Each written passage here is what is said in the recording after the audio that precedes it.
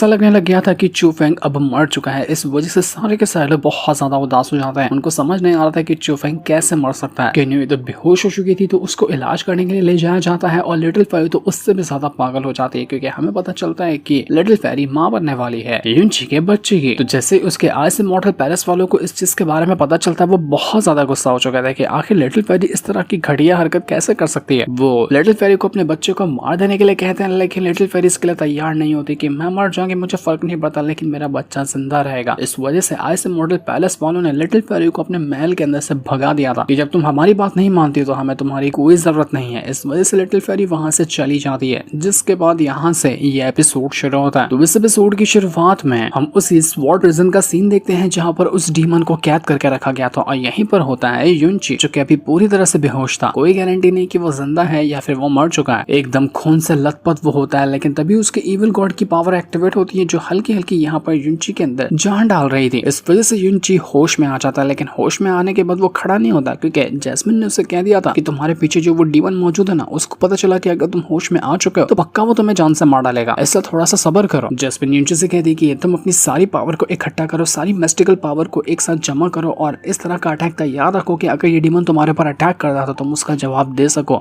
वरना ये तुम्हारी जान ले लेगा अगर उसको पता चला कि तुम जिंदा हो। तो यूनची वापस से अपने इविल गॉड की पावर को इकट्ठा करना शुरू कर देता ताकि वो यहाँ से भाग सके और उस डीमन से मुकाबला कर सके। दूसरी तरफ हम उस मास्टर की वाइफ को देख पाते हैं, जो कि लिटिल फेरी के ऊपर नजर मारता था। वो बहुत ज्यादा खुश होती कि चलो बहुत मजा आया कि आखिर ये लिटिल फेरी भागी हमारे आइस इमॉर्टल पैलेस से। अगर वो नहीं गई होती ना तो मेरा हाथ काफी था उसको यहाँ से धक्के मारकर भगाने के लिए। तो दूसरा वहाँ पर मास्टर मौजूद था, जो उससे कहने लग गया था कि देखो ये लिटिल फेरी यहाँ से चली तो गई है, लेकिन उसकी पावर नहीं गई है, उसके पास उसकी सारी पावर मौजूद है। तो अगर तुम कुछ भी उंगली करने की उसको कोशिश करती ना तो वो तुम्हारी जान ले लेती, क्योंकि तुम्हारी और उसकी पावर में आसमान जमीन का फर्क है। तो वो कहने लग जाती है कि तो इसका मतलब कि हम लिटिल फेरी को ऐसे ही जाने देंगे, हमें इतना अच्छा मौका मिला कि वो आइस इमॉर्टल पैलेस से बाहर निकली है, तो मौका देखकर उसकी जान ले लेते हैं ना। लेकिन वो मास्टर कहता है कि रुक जाओ, जैसा मैं कहता हूँ तुम्हें वैसा करना है, अभी कोई गलत कदम मत उठाना। इसके बाद यूनची जो था वो तुरंत अपनी सारी पावर को इकट्ठा करता है और एकदम स्पीड के साथ वो फुल रफ्तार में वहां से भागने की कोशिश करता है। पर अफसोस की इस पूरी जगह के ऊपर उस डीमन ने ना पावर से एक बैरियर क्रिएट करके रखा हुआ था, जिस वजह से यूनची वहीं से बैरियर से टकराता है और जमीन पे जा गिरता है। तो ये देखकर वो डीमन खूब मजाक उड़ाता है यूनची का कि मजा आ गया, मुझे तो लगा था कि तू टपक गया होगा, लेकिन तेरे अंदर तो अभी भी जान बाकी है। पर जान बाकी है तो भी तो क्या ही उखाड़ लिया, तो यहीं पर वापस आकर फंस गया। तुझे पता है तो हमेशा के लिए यहाँ पर कैद हो चुका है, कितना भी कोशिश क्यों ना कर ले, जैसे मैं यहाँ पर सड़ रहा हूँ तू भी सड़ेगा यहीं पे। तो यूनची कहते हैं कि तेरे से तड़प तड़प कर मैं मरने वाला में से बिल्कुल भी नहीं हूँ, देख तेरे आंखों के सामने मैं यहाँ से बाहर निकल कर दिखाऊंगा। यूनची वापस से अपनी पावर को एक्टिवेट करता है और किसी भी तरह से वो यहाँ से बाहर निकलने की कोशिश कर रहा था। वो अपना एक पर्पल विन हेवनली क्रिस्टल को समन कर लेता है, जिसके जरिए वो यहाँ से बाहर निकलने का रास्ता बना रहा था। वो उस क्रिस्टल की पावर को पूरी तरह से अपने शरीर के साथ मर्ज कर लेता है, जिस वजह से उसकी जो शरीर में ताकत जो कम हो रही थी वो वापस से इकट्ठा होने लग जाती है और वो पहले से काफी ज्यादा स्ट्रॉन्ग लगने लग गया था। वो डीमन देखकर हैरान हो जाते कि ये क्या कर रहा है, तो लेकिन तू कुछ भी कोशिश क्यों ना कर ले, क्योंकि इस स्वॉर्ड प्रिजन के अंदर आने का सिर्फ एक ही रास्ता है, यहाँ से बाहर जाने का कोई रास्ता नहीं है। तो तू यहाँ से बाहर नहीं जा पाएगा, चाहे कितना भी तड़प तड़प कर तू मर जा। मानता हूँ कि तू यहाँ पर होश में आ चुका है, लेकिन तुझे पता है कि इस स्वॉर्ड प्रिजन का दरवाजा 20 साल में सिर्फ एक बार खुलता है और मुझे नहीं लगता कि अगले 20 साल तक तू जिंदा रह पाएगा यहाँ पर। वो तो मैं ही इंसान हूँ जो कि यहाँ पर जिंदा रह जाता हूँ 20-20 सालों के लिए। तो यूनची कहता है कि मुझे 20 साल का इंतजार करने की कोई जरूरत नहीं है, अगर मैं यहाँ पर तुझे जान से मार डालू ना तो ऑटोमेटिक ये स्वॉर्ड प्रिजन जो है वो ओपन हो जाएगा और उसके बाद मैं आराम से यहाँ से भाग जाऊंगा। तो बेटा मैंने तेरी फील्डिंग सेट कर दी है, अब मैं तुझे ही यहाँ पर मारने वाला हूँ। तो ये सुनकर वो डीमन वापस से यूनची का मजाक उड़ाने लग जाता है। वो कहता है कि तुझे पता है करीब 100 साल से मैं अकेला यहाँ पर तड़प रहा था, कुछ समझ में नहीं आ रहा था कि क्या करूँ क्या नहीं करूँ, लेकिन आज मुझे यहाँ पर खेलने के लिए खिलौना मिला। तुझे पता है तेरी औकात मेरे सामने सिर्फ एक खिलौने की है, जिसके साथ मैं जी भर के खेलूंगा और मन भर जाएगा तो उसको तोड़ दूंगा। जैस्मिन यहाँ पर यूनची से कहने लग जाती कि यूनची पागल तो नहीं हो गया ना, तुम्हें पता है इस डीमन की पावर जो इतना ज्यादा थका हुआ भी है ना, उसके बाद भी इसकी पावर किंग फेस मास्टरसम रेल्म की है, और अगर ये फुल्ली खुद को रिकवर कर ले तो उसकी पावर कहाँ चली जाएगी तुम सोच भी नहीं सकते, तुम इसका मुकाबला नहीं कर पाओगे, ये तुम्हें मार डालेगा। और यूनची कहता है कि नहीं मुझे ट्राई तो करना ही होगा, कुछ भी हो जाए मुझे यहाँ से बाहर निकलना है और इसका एक ही रास्ता मुझे नजर आ रहा है। यूनची तुरंत यहाँ पर अपनी बर्निंग हार्ट टेक्निक को यूज कर लेता है और उसके जरिए वहां पर यूनची की एक स्पिरिट समन हो चुकी थी, जो कि बिल्कुल फायर से बनी हुई होती है, और उसके जरिए वो यहाँ पर सीधा डीमन के ऊपर अटैक करने के लिए जा चुका था। एक तरफ यूनची होता है और दूसरी तरफ यहाँ पर उसकी स्पिरिट होती है, जो कि उस डीमन से मुकाबला करने के लिए तैयार थी। वो लोग कई सारे अटैक करते हैं उस डीमन के ऊपर, लेकिन स्टिल डीमन को कुछ भी नहीं होता और आराम से वो यहाँ पर यूनची को फेंक देता है दूर उठाकर, और यूनची नहीं रुकता। उसके बाद जितने भी अटैक थे वो हर एक अटैक को आसानी से यहाँ पर डीमन डीमन के ऊपर करता जाता, लेकिन कितना भी वो कोशिश पे ना कर ले, डीमन के ऊपर एक भी अटैक उसका लगा ही नहीं था। उसको चोट लगने की बात छोड़ो, उसके तक अटैक पहुंचा ही नहीं होता है।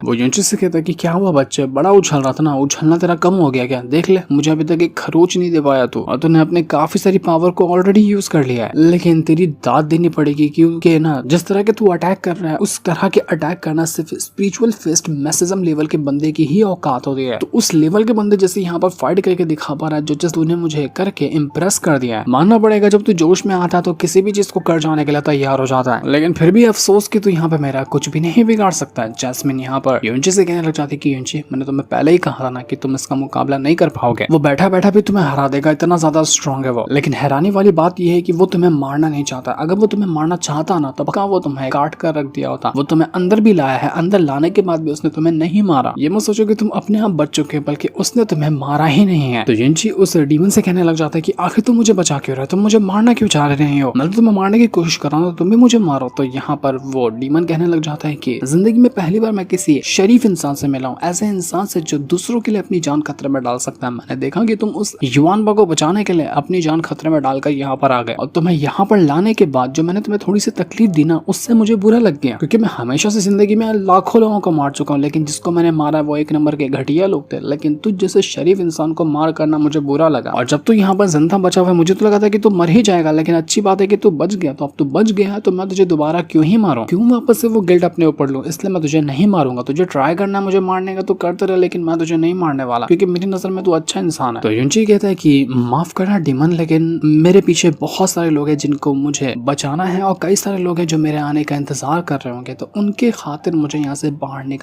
निकलने का एक ही रास्ता है कि मैं तेरी जान लूं। तो डीमन कहने लग जाता है कि मुझे मारना है ना, तो ठीक है, एक काम कर, तू हेवन फेस्ट मैसेजम लेवल को ब्रेक थ्रू करके आ। अगर तू वो ब्रेक थ्रू कर लेता है ना, तो उसके बाद ही तू मुझे मार पाएगा। उसके बगैर तेरा 1% भी चांस नहीं है कि तू मुझे मार सके। तो यूनिची कहता है कि मुझे जरूरत नहीं है हेवन फेस्ट मैसेजम की, मैं अर्थ फेस्ट मैसेजम लेवल को भी अचीव करो ना, उसके बाद में तुझे मार सकता हूं। तभी यूनिची के पेट में गुड़गुड़ होने लग जाता है, क्योंकि उसको बहुत ज्यादा भूख लगी थी। काफी टाइम से वो कुछ खाया नहीं था, क्योंकि करीब 8 दिन से वो यहीं पे पड़ा हुआ था बेहोश। तो ये देखने के बाद डीमन उसका खूब मजाक भी उड़ाता और कहने लग जाते हैं कि जरा देखो तो खुद के पेट में चूहे दौड़ रहे हैं और बड़ा आया मुझे मारने वाला। मैंने तुझे पहले कहा था कि तू यहाँ पर सर्वाइव नहीं कर पाएगा, क्योंकि यहाँ पर खाने के लिए कुछ है ही नहीं। वो तो मैं ही सर्वाइव कर रहा हूँ यहाँ पर, तू तो अभी 1-2 दिन के अंदर ही खत्म हो जाएगा। तो अर्थ फेस मैसेजम लेवल को ब्रेक थ्रू करने से पहले कुछ खाने पीने का बंदोबस्त कर ले, क्योंकि यहाँ पे ना खाना है ना पानी है, कुछ भी नहीं मिलने वाला तुझे यहाँ पर। तो यूनिची यहाँ पर अपना पूरा पोटली बाहर निकाल लेता, सारे पिल्स वगैरह को, सारे हर्ब्स वगैरह को, जो दिखता वो उसको सर्च मारा था कि कुछ तो खाने पीने को मिल जाए। भूख बहुत ज्यादा लगी थी उसको, लेकिन ना कोई पिल बची थी ना कोई हर्ब बचा था जिसको खाकर वो अपनी भूख मिटा सकता है। यूनिची कहता है कि लग गए मेरे, मैं तो लगता है कि भूख से मर जाऊंगा, ये डीमन मुझे नहीं मारेगा, लेकिन मैं खुद ही मर जाने वाला हूँ। जैस्मिन यूनिची से कहने लग जाती कि तुम तो बड़े यहाँ पर अपने आप को ये कर रहे हो, तो मैं याद नहीं है क्या आज से मॉडल पैलेस वाली उस लड़की को तुमने क्या दिया था? अपने सारे के सारे हर्ब्स वगैरह उसको ही दे दिए थे, तो तुम्हारे पास क्या रहेगा? घंटा, और मरते रहो भूख से तुम। यूनिची कहता है कि भाग इसकी भैंस के टांग लगा कि मैं बुरा फंस गया, मैं ऐसे भूख से तो नहीं मर सकता, मैं क्या करूँ अब यहाँ पर, मुझे कुछ समझ में नहीं आ रहा। तो अब यहाँ पर जब यूनिची को कोई भी रास्ता नहीं मिलता ना, तो वहां पर एक ड्रैगन की लाश रखी हुई थी, जो कि असल में होता है किंग फेस्ट मैसेजम रेल्म का ड्रैगन। तो यहाँ पर कोई ऑप्शन ना होने पर यूनिची उसकी लाश का थोड़ा सा पीस काट लेता है। वो डीमन उसे कहता है कि पागल हो गया क्या, तेरे पास अभी किंग फेस्ट मैसेजम लेवल की पावर नहीं है, और अगर तूने उस ड्रैगन का मीट खाया तो तू उसकी पावर को होल्ड नहीं कर पाएगा, बैकफायर करेगी तेरे पर, तो मर जाएगा वैसे ही। देख तू मुझे नहीं मार सकता, यहाँ पर फंस जा रहा है तो भूखा मर जा, लेकिन उससे बढ़कर तू इस मीट को मत खा, वरना तू जो ऐसा तड़प तड़प कर मरेगा ना, वो तेरी चीखें मुझे सुनाई नहीं दे पाई कि मैं सुन नहीं पाऊंगा उसको, इसलिए रख दे उसको साइड में, मत खाना उसको। लेकिन यूनिची के पास दूसरा कोई ऑप्शन भी नहीं था कि वो करे तो करे क्या, इसलिए वो कहता है कि ठीक है तू देख अभी मैं यहाँ पर क्या करने वाला। वो जो मीट उठाया था ना उसने, उसको तो नहीं खाता, लेकिन उसको पूरी तरह से गाड़ लेता है, और जो भी अंदर खून बचा हुआ था ना वो उसी को पी जाता है कि चलो मीट में डाइजेस्ट नहीं कर पाऊंगा, लेकिन खून तो डाइजेस्ट हो जाएगा। तो जैसे वो यहाँ पर ड्रैगन का पूरा खून पीता है ना, उसको लगता है कि सब कुछ नॉर्मल रहेगा, लेकिन अचानक में ही उसको वैसी तकलीफ होती है कि वो तकलीफ बर्दाश्त ही नहीं कर पा रहा था। उसका पूरा चेहरा, उसका सब कुछ एकदम बदल गया होता, वो खून से भर गया था, मानो कि वो कोई शैतान बन रहा हो। इस तरह की हालत हो जाती है यूनिची की। जैसे कि डीमन ने कहा था, सच में यूनिची वहां पर उस पावर को होल्ड ही नहीं कर पाता। किंग फिश मैसेजम ड्रैगन का खून पी लेना बस की बात नहीं होती किसी की भी जो उसको हैंडल कर पाए। तो जैसे जैसे वो खून उसके शरीर में जा रहा था ना, यूनिची को इतनी तकलीफ दे रहा था कि उसके पूरे शरीर में आग लग जाती है, और पर युनची का पूरा शरीर फटने लग गया था, लेकिन फिर भी वो यहाँ पर हर तकलीफ को बर्दाश्त करा था ताकि उसको कुछ होना चाहिए, क्योंकि उसको बाहर निकलना ही था किसी भी हालत में। तो डीमन भी देखकर हैरान रह जाता है कि बाप रे, मानना पड़ेगा ये बर्दाश्त बहुत कुछ कर लेता है। मुझे नहीं लगा था कि ये इस खून को बर्दाश्त कर पाएगा, लेकिन सच में ये इसको काफी हद तक के बर्दाश्त कर चुका है। युनची कहने लग जाता है कि जब तक मैं यहाँ से बाहर ना निकलूँ ना, तब तक मैं शांत नहीं बैठने वाला। मैं यहाँ पर ना मरूंगा और ना मैं यहाँ से फंसूंगा। मैं यहाँ से बाहर निकल कर ही दिखाऊंगा, चाहे कुछ ही क्यों ना हो जाए।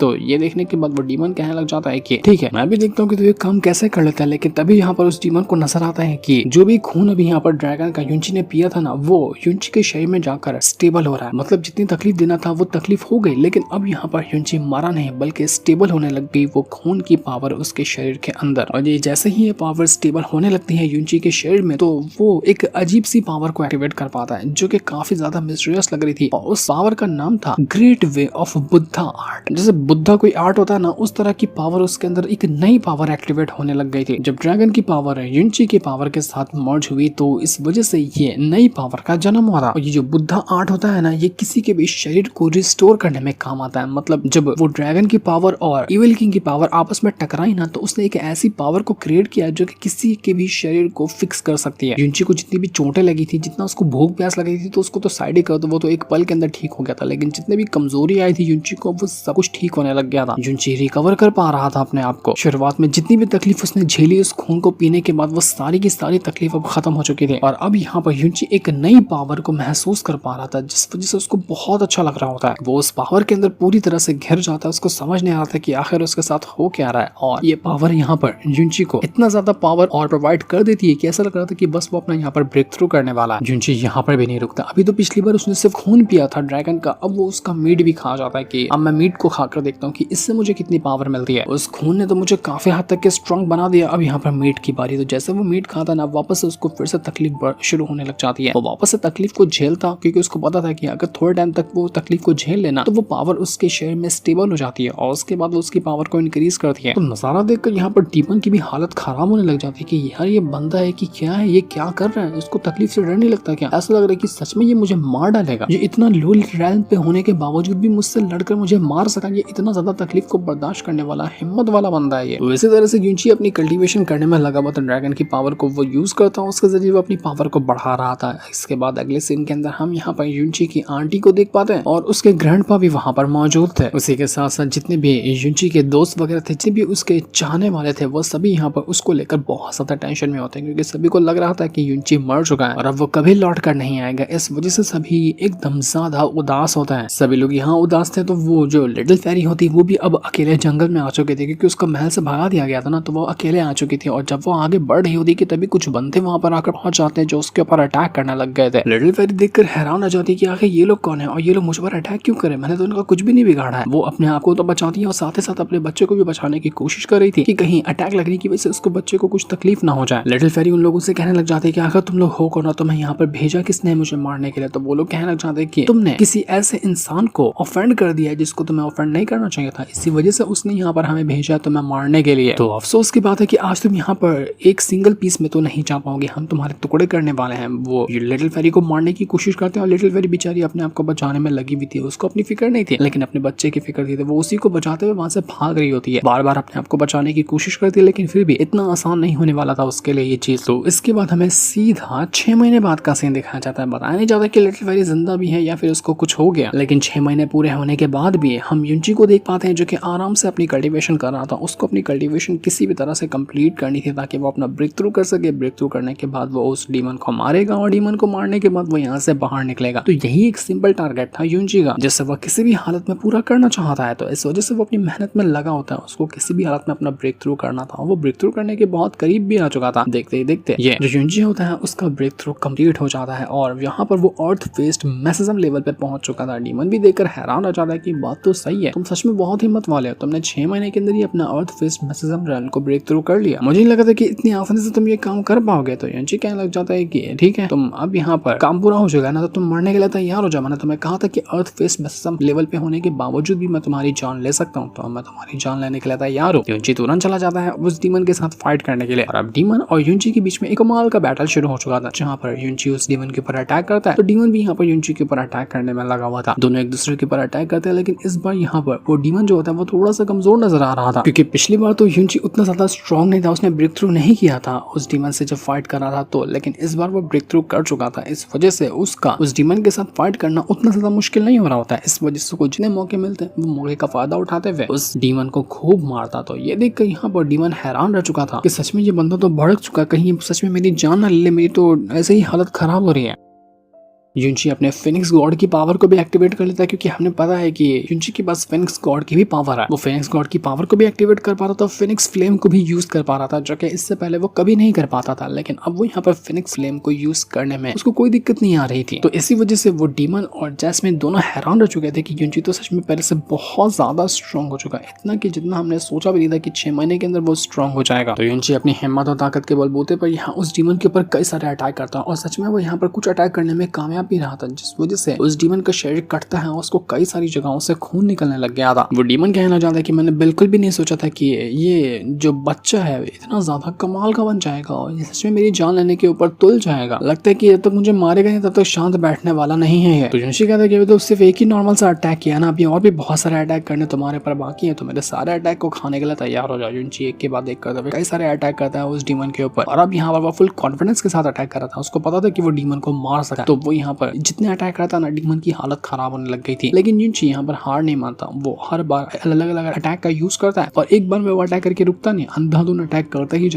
ही जाता, जिस वजह से वो डीमन अब यहाँ पर थोड़ा सा घबराने लग गया था। उसको समझ आ रहा था कि शायद वो ज्यादा टाइम तक के युनची को नहीं रोक सकता है। वो यहाँ पर युनची को अभी भी मारना नहीं चाह रहा था, वो सिर्फ युनची को रोकना चाह रहा था, क्योंकि वो बिल्कुल भी नहीं चाहता कि उसके हाथों से युनची की जान चली जाए। लेकिन मजबूरी में आकर उस डीमन को कुछ अटैक युनची के ऊपर करने पड़ते हैं, और जब एक भी अटैक वो डीमन युनची के ऊपर करता ना तो युनची की हालत खराब होने लग जाती है। तो युनची यहाँ पर जैस्मिन से कहते हैं कि आखिर ये जो डीमन है ना वो किस तरह की पावर को यूज करता है, क्योंकि मैं इतने सारे अटैक करता हूँ उसका उसके ऊपर उतना असर नहीं होता, लेकिन जब ये एक अटैक करता है तो मेरे अंदर से हालत खराब कर देता है। कौन सा आर्ट है, कौन सी तरह की पावर को वो यूज करता है। तो डीमन युनची से कहने लग जाते हैं कि अबे बच्चे तू अपने आप में क्यों बड़बड़ाता रहता है, हिम्मत हो तो मुझसे फाइट करना, मुझसे बात कर, तुझे क्या बात करनी है, मेरी पावर जानेगा तो मुझसे फाइट कर, तभी तुझे पता चलने वाला है कि मेरी पावर कैसी है। तो युनची कहता है कि तुमने मुझे देखा ही होगा ना कि शुरुआत में मैं कितना ज्यादा कमजोर था तुम्हारे सामने, लेकिन अब मैं तुम्हें अच्छे खासे टक्कर दे पा रहा हूँ, कई सारी जगहों पर मैंने तुम्हें चोट भी पहुंचाई है। तो ये मत समझना कि मैं तुम्हें मार नहीं सकता, थोड़ा सा और टाइम लगेगा लेकिन मैं तुझे मार ही डालूंगा, चाहे कुछ भी क्यों ना हो जाए। तो वो डीमन कहने लग जाता है कि सच में यार तो बहुत कमाल का बंदा, सच बता रहा हूँ तो बहुत ज्यादा इंटरेस्टिंग बंदा, तू जब से यहाँ पर आया ना मेरी बोरियत बिल्कुल खत्म हो गई है। मैं कितना अकेलापन महसूस करता था, कितना बोर फील करता था, लेकिन तू तो यहाँ पर मुझे फुल एंटरटेनमेंट देता है, मुझे किसी एंटरटेनमेंट की जरूरत नहीं, तुझसे बात करता हूँ, तेरी हरकत देखता हूँ तो मैं फुल एंटरटेन हो जाता हूँ, मजा आता है तेरे साथ। तो युनची कहना चाहता है कि मुझे सिर्फ 2 साल का और टाइम दे, 6 महीने में मैं तेरे सामने इतना स्ट्रॉन्ग बन चुका ना, तो 2 साल का और टाइम मुझे देना, उसके बाद देखना मैं तेरी कैसे जान लेता हूँ, 2 साल और मुझे यहाँ पर फंसे रहना पड़ेगा। तो डीमन कहता है कि अच्छा ऐसी बात है, जाती जा तुझे 2 साल का टाइम, दिखा मुझे कि 2 साल के अंदर तू खुद को कितना स्ट्रॉन्ग बना सकता है, मैं इस चीज का इंतजार करूंगा। तो युनची कहता है कि चलो ठीक है, शर्त लग गई ना, तो 2 साल बाद तू मरेगा, अब तक 2 साल और जिंदा रह ले तू। इसके बाद युनची वापस से अपना कल्टीवेशन करने के लिए चला जाता था कि खुद को और स्ट्रॉन्ग बना सके इन 2 सालों के अंदर, और उसके बाद वो यहाँ पर डीमन को मार कर बाहर निकलेगा। तो इस बार युनची वो जो ड्रैगन की लाश पड़ी हुई थी ना उसको ऐसे कच्चा नहीं खाता, उसको मस्त अपने फिनिक्स पावर का यूज करता है और उसकी फायर पावर को यूज करते हुए पका कर मसाला छिड़क कर खाता है कि कच्चा तो बहुत खा लिया, अब तो यहाँ पर मसाला डाल के खाऊंगा और मजा आएगा। वो यहाँ पर उस डीमन को जला रहा था, वो और टेस्टी खाना बनाता, उसकी खुशबू लेता और थोड़ा सा धक्का मारकर उसको डीमन की तरफ कर देता ताकि डीमन को भूख लगे लेकिन वो उसको खाने को ना दे। तो सच में उस डीमन को भूख लगने लग गई थी, उसको बहुत भूख लगती कि मेरे सामने ये बैठकर इतना टेस्टी खाना खा रहा है और मैं यहाँ पर भूख से तड़प रहा हूँ। लेकिन यहाँ पर उस डीमन का ईगो हर्ट हो जाता है, उसे युनची से मदद मांगकर, तो इसलिए कहता है कि भाड़ में जा, तो मैं भूखा मर जाऊंगा लेकिन तेरे से कुछ भी नहीं मांगने वाला, निकल तू यहाँ से। इसलिए वो नाराज होकर साइड में बैठ जाता है कि ऐसे ही मैं ठीक हूँ। लेकिन जब वो साइड में बैठा था ना, उस